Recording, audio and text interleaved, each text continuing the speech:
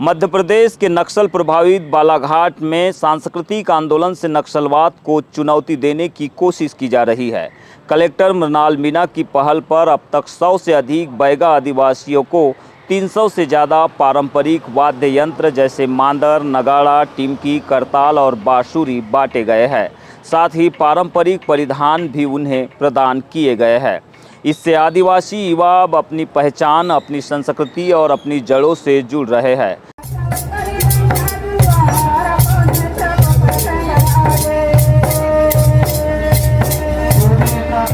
जहाँ प्रोग्राम रहेगा जहाँ हम जाएंगे, हम ऐसे बच्चे लोग की भी ऐसे सब लोग भी सिखा सकते हैं ना। चर्चा के दौरान ग्रामीणों ने बताया कि हमें जो हमारे पारंपरिक वाद्य यंत्र और पोशाक मिले हैं उससे बहुत खुशी हुई है। इससे हमारी संस्कृति भी बचेगी और हमें इसे बजाकर कुछ कमाई भी करने में मदद मिलेगी। अब हमारी पीढ़ी भी इसे सीखेगी और आगे बढ़ेगी। इसके उपयोग हम करेंगे, हम इसमें नाचना गाना जैसे हमारा परंपरा चलता रहा है उसे नाचेंगे हम इसी में बजा करके। आदिवासी हम शादी विवाह में भी बजाएंगे हमारा नगारा, इसको नहीं भूलना है करके बोल रहे हैं। आज जो अभी लगाते हैं कि ये टेंट वेंट और डेकोरेशन, तो ये सब फालतू है और इसमें जो खर्चा हो रहा है इसी में हमारा शादी विवाह होता था पहले हमारे नगारा में। कार्यक्रम करके आप अपनी इनकम भी बढ़ाओगे। हाँ, तो इसमें हम कार्यक्रम भी देंगे और इनकम भी बढ़ाएंगे और इसमें हमारा आगे तक के हमारे संस्कृति का और बढ़ते जाएगा। बालाघाट से नक्सलवाद को खत्म करने के लिए एक और जहां सुरक्षा बल मोर्चे पर डटे हुए हैं, वहीं अब आदिवासी भी संस्कृति और परंपरा को हथियार बनाकर नक्सलियों के बहकावे से दूर हो रहे हैं। प्रशासन और जनता के इस साझा प्रयास से उम्मीद की जा रही है कि 2026 की तय डेडलाइन से पहले नक्सलवाद पर निर्णायक प्रहार होगा।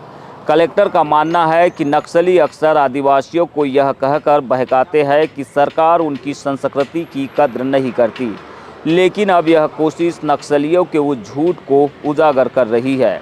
उनका यह भी कहना है कि वाद्य यंत्र और पारंपरिक परिधान संस्कृति को सहेजने के साथ साथ आदिवासियों की आय का भी जरिया बन सकते हैं। बिल्कुल, इनकी संस्कृति को भी बढ़ावा मिलेगा और इनका जो शासकीय कार्यक्रमों में लगातार इनको इन्वॉल्व करके इनके प्रोग्राम्स भी कराए जा रहे हैं और इन कैंप्स में भी इनके जो अन्य इश्यूज हैं, जो रोज़मर्रा की समस्या है उस पे तो हम लोग काम कर ही रहे हैं, बट इसके साथ में जो सांस्कृतिक पहलू है उसमें भी इनकी समस्याओं को हल करके और कैसे इसको और बढ़ावा दिया जा सकता है और आम जनों के बीच में और प्रमोट किया जा सकता है उस पर भी। बालाघाट कलेक्टर ने इससे पहले नक्सलियों के लिए सरेंडर नंबर जारी कर उन्हें आत्मसमर्पण का मौका भी दिया था। अब यह नई कोशिश आदिवासियों को नक्सलवाद से दूर कर एक सकारात्मक दिशा में ले जा रही है। साथ ही मोटे अनाजों के उत्पादन और प्रसंस्करण को बढ़ाने की नीति बनाकर उन्हें आर्थिक रूप से मजबूत करने की तैयारी की जा रही है।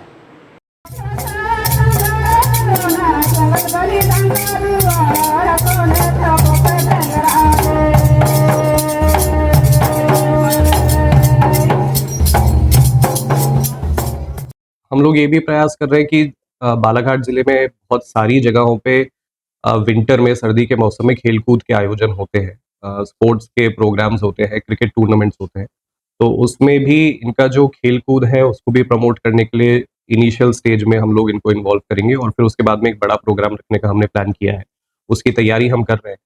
तो सांस्कृतिक पहलू में खेलकूद है, साथ में इनका जो नृत्य है और संगीत है उसको प्रमोट करने के लिए हम लोग प्रयास कर रहे हैं और निश्चित रूप से जो नक्सल इशू का जो प्रभाव है वो इसमें हम उम्मीद करते हैं कि कम होगा।